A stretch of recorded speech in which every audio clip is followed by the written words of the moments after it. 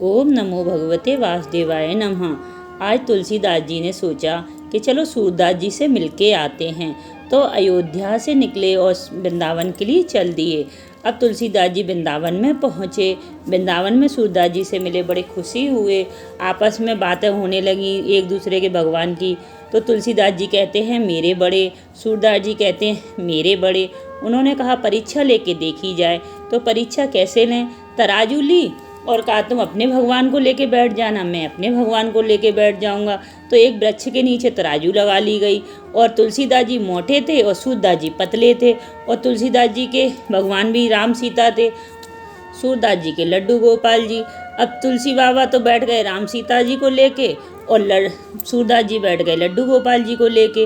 अब तुलसीदास जी का पलड़ा नीचे और सूरदास जी का पेड़ के ऊपर लटक गया। अब तो उतरे और सूरदास जी कुछ नाराज हो गए। सूरदास जी नाराज होके अपनी कुटिया में आए। कुटिया में ठाकुर जी से डायरेक्ट बात होती थी सूरदास जी की। तो सूरदास जी से आज लाला कहते हैं तो क्यों आप रूठे क्यों, ठोड़ी पे हाथ लगाते हैं, सूरा आज क्यों रूठ गए तुम? तो वो कहते हैं मेरे से बोलो नहीं। फिर कहते हैं बता तो क्या बात हुई? तो आज सूरदास जी कहते हैं तुमने मेरी हार करा दी। उन्होंने कहा कैसे? कि तुलसीदास जी की पूरी कथा बताई उन्होंने। तो उन्होंने कहा एक तो तुलसीदास जी मोटे और दूसरे राम सीता।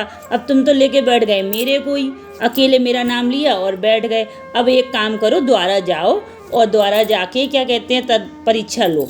तो अब तुलसीदास जी के पास आके कहते हैं सूरदास जी कि अब चलो द्वारा करेंगे।